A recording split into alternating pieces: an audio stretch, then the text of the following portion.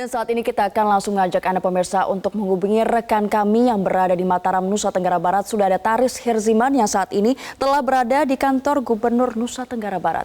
Taris, selamat malam. Bisa diceritakan bagaimanakah kondisi terakhir dan informasi apa saja yang telah Anda kumpulkan di lapangan? Ya, Ajeng, untuk kondisi di Lombok saat ini tadi baru saja dilakukan pertemuan antara Gubernur Nusa Tenggara Barat dengan Menko Polhukam Wiranto serta dari Menteri Sosial Idrus Marham serta Pangdam dan juga Kapolda. Dan ini pembahasan ini dilakukan terkait dengan penanganan pengungsi ataupun juga korban pasca terjadi gempa pada hari Minggu lalu. Sejumlah poin yang dibahas ini diantaranya terkait dengan penanganan termasuk yang ada wisatawan yang masih terjebak di Gili Trawangan serta juga masyarakat yang mengungsi baik itu di titik posko pengungsian yang sudah tersebar di Lombok ataupun juga yang masih berada di rumah-rumah mereka. Hal ini juga termasuk membahas tentang pemberian ganti rugi ataupun bantuan untuk memperbaiki rumah yang sebelumnya rusak akibat gempa. Dan untuk lebih jelasnya kita akan langsung saja tanyakan, sudah bersama saya pada malam hari ini Bapak Menteri Sosial, Bapak Idrus Marham. Selamat malam, Bapak. Selamat malam. Assalamualaikum warahmatullahi wabarakatuh. Pak Idrus, bisa dijelaskan tadi pada rapat yang dihadiri oleh berbagai elemen serta pembahasan dilakukan secara mendalam terkait langkah yang dilakukan pada esok hari ini, Pak. Apa bantuan yang akan diberikan kepada para pengungsi tidak lanjut dari pemerintah yang konkret akan dilakukan, Pak? Jadi barangkali begini, Mas, saya ingin menjelaskan secara komprehensif apa-apa yang dibicarakan dalam rapat koordinasi tadi yang juga dihadiri oleh Menko Polhukam, ya, Pangdam 9 Udayana, kemudian Pak Gubernur dan juga Kapolda dan juga elemen-elemen yang ada. Ada dua hal yang mendasar. Yang pertama adalah kita ingin menghimbau kepada masyarakat, ya, utamanya yang ada di Nusa Tenggara Barat ini dan juga para wisatawan, bahwa potensi tsunami tidak ada. Ya, potensi tsunami tidak ada, dan karena itu masyarakat diharapkan tidak lagi panik, ya, kembali hidup seperti biasa, ya, dan tidak perlu ada ketakutan-ketakutan lagi adanya potensi tsunami. Ini yang pertama tadi, itu betul-betul kita harapkan supaya apa? Supaya masyarakat ini ya kembali normal hidup. Ya, demikian juga misalkan daerah-daerah yang terkonsentrasi bencana kemarin, karena ada pengumuman tentang potensi bencana ini, akhirnya ya naik ke di balik gunung-gunung yang ada di sana itu. Itu yang pertama. Kemudian yang kedua, juga tadi itu kita bahas secara mendasar dan mendalam tentang 3 tahapan yang kita lakukan dalam rangka untuk menangani akibat dari bencana tanggal 5 Agustus ini. Yang pertama adalah kita melakukan tanggap darurat cepat. Nah, kalau terkait dengan tanggap darurat cepat ini adalah bagaimana agar supaya masyarakat yang kena dampak bencana itu bisa kita tangani dengan baik. Ya, kita bisa tangani dengan baik. Kalau ada yang meninggal kita urusi, kemudian yang hidup ini juga kita urusi.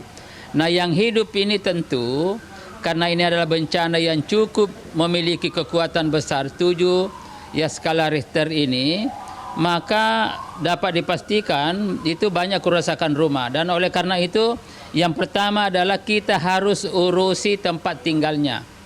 Ya, tenda-tenda, dan tadi itu sudah terinventarisir ada lebih dari 400 tenda yang sudah dipasang sebagian dan besok akan kita tindak lanjuti di beberapa daerah dan konsentrasi di Lombok Utara karena di situ yang paling parah.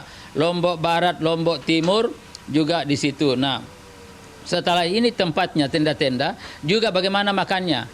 Nah, dalam rangka untuk menjamin bagaimana makannya ini bisa kita atasi, maka telah didirikan dapur-dapur umum. Baik yang dilakukan oleh TNI, yang dilakukan oleh Polri, yang dilakukan oleh BNPB, ini juga, dan tentu dari Kementerian Sosial. Khusus dari Kementerian Sosial, memang itu sudah ada 200 lebih tenda yang kita sudah sebarkan di seluruh wilayah-wilayah yang kena dampak dari bencana ini. Jadi, ya saya kira ini tenda-tendanya sudah. Nah, sekarang makannya, dapur umum sudah disiapkan. Bahkan dari Kementerian Sosial juga menyiapkan ada mobil-mobil yang mobile yang akan mengunjungi berbagai macam wilayah yang terkena dampak dan perlu makan. Jadi ada 14 mobil yang kita siapkan dan kita sudah minta bantuan dari Sumbawa dan dari beberapa daerah untuk hadir di sini. Itu. Bagaimana kesehatannya? Ini juga ditangani oleh Kementerian Kesehatan dari TNI beberapa dokter, karena yang perlu perawatan, rujukannya rumah sakit, dan ada juga yang masih terpaksa kita rawat di tenda-tenda. Ini juga sudah berjalan dengan baik.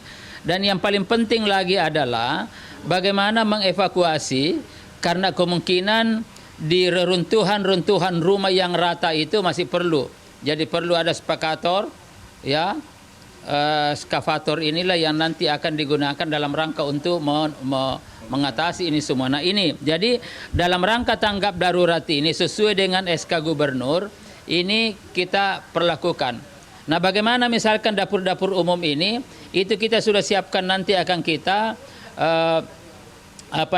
isi dengan beras yang diperlukan, kemudian ada lauk paut, dan kebetulan lagi tadi Menteri Pertanian telepon saya dan juga sudah membantu. Ya di samping ada uang dan juga ada misalkan telur dan lain-lain sebagainya yang menjadi lauk pauk daripada dapur umum itu. Berarti nanti ini sudah tersedia Pak ya, untuk bahan logistik ini sudah dipastikan siap untuk para pengungsi? Sudah, semua ini sudah siap. Oke. Lalu untuk distribusinya bagaimana Pak? Ini kan titik pengungsiannya terpencar dan juga masyarakat tidak semua ada di pengungsian yang sudah terpusat. Bahkan ada beberapa titik itu seperti di Lombok Utara kan ada masih belum terjangkau akses sinyal, itu bagaimana? Mas, dan itulah sebabnya tadi dari bantuan dari TNI ini akan ada banyak, dari kepolisian juga hadir dari beberapa daerah, dan dari Kementerian Sosial sendiri ada Tagana, ada pendamping PKH dan juga TKSK.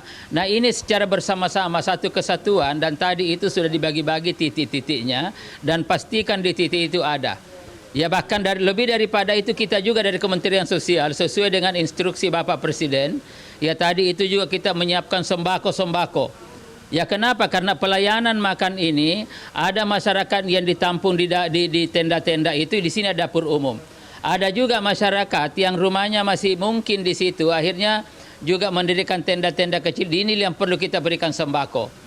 Nah ada juga tentu masyarakat yang jauh, dan ini nanti akan dijangkau oleh dapur umum keliling itu dan lain-lain. Nah inilah, di samping itu besok juga, karena informasinya meninggal sekarang sudah ada 98 orang meninggal.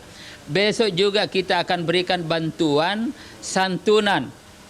Ya, santunan kepada ahli waris, dan setiap jiwa yang meninggal itu 15 juta kita berikan. Ya 15 juta rupiah, berarti kalau ada 98 berarti besok kita akan serahkan ya sekitar 1.470.000.000 kita akan serahkan itu besok. Di samping itu juga ada luka-luka. Juga ini kita siapkan, tetapi ini perlu proses, karena itu maka pemerintah daerah dalam hal ini Bupati dan seluruh aparatnya diminta untuk melakukan inventarisasi dari warganya, siapa yang ada di rumah sakit, siapa yang luka-luka dan perlu dibantu, dan insya Allah juga kita akan siapkan bantuan setiap jiwa itu, setiap orang ya sekitar 2,5 juta. Ini semua kita berikan bantuan. Nah itu tahap tanggap darurat. Nah kemudian tahap yang kedua, Mas, ada namanya tahap pemulihan. Ini pun kita siapkan bantuan yang namanya bantuan jaminan hidup. Ya, untuk 3 bulan ke depan kita berikan bantuan jaminan hidup. Dan oleh karena itu maka dalam rangka tahap kedua dan tahap ketiga ini, kita juga sudah meminta kepada Pak Gubernur tadi sebagai penanggung jawab ya bencana daerah ini, supaya melakukan inventarisir rumah-rumah yang rusak. Ya, rumah-rumah yang rusak sekaligus anggota rumah tangga itu berapa orang. Ini nanti kita gunakan dalam rangka jaminan hidup. Yang kita berikan per hari itu 10.000. Jadi kalau dalam rumah tangga itu ada 5 orang, berarti 50.000 setiap hari kita berikan 3 bulan ke depan. Nah, kemudian tahap yang ketiga adalah tahap rekonstruksi. Bagaimana menangani rumah-rumah yang rusak ini. Ada renovasi, ada pembangunan. Presiden Republik Indonesia Pak Haji Joko Widodo pada tanggal 29 Juli sudah melakukan kunjungan di Semblia pada waktu itu, dan pada waktu itu beliau sudah mengambil kebijakan penting yang menunjukkan kehadiran negara, yang menunjukkan keseriusan Presiden untuk menangani masalah ini, mengambil kebijakan akan memberikan bantuan dalam rangka renovasi rumah, pembangunan rumah antara 10 juta 50 juta. Itu tergantung nanti. Nah, bagaimana rumah ini yang dikategorikan rusak berat, yang dikategorikan rusak ringan. Nah, ini tentu nanti ada keterlibatan Kementerian PUPR. ya untuk bersama-sama melihat masalah ini. Nah, inilah 3 tahapan yang tadi kita bicara.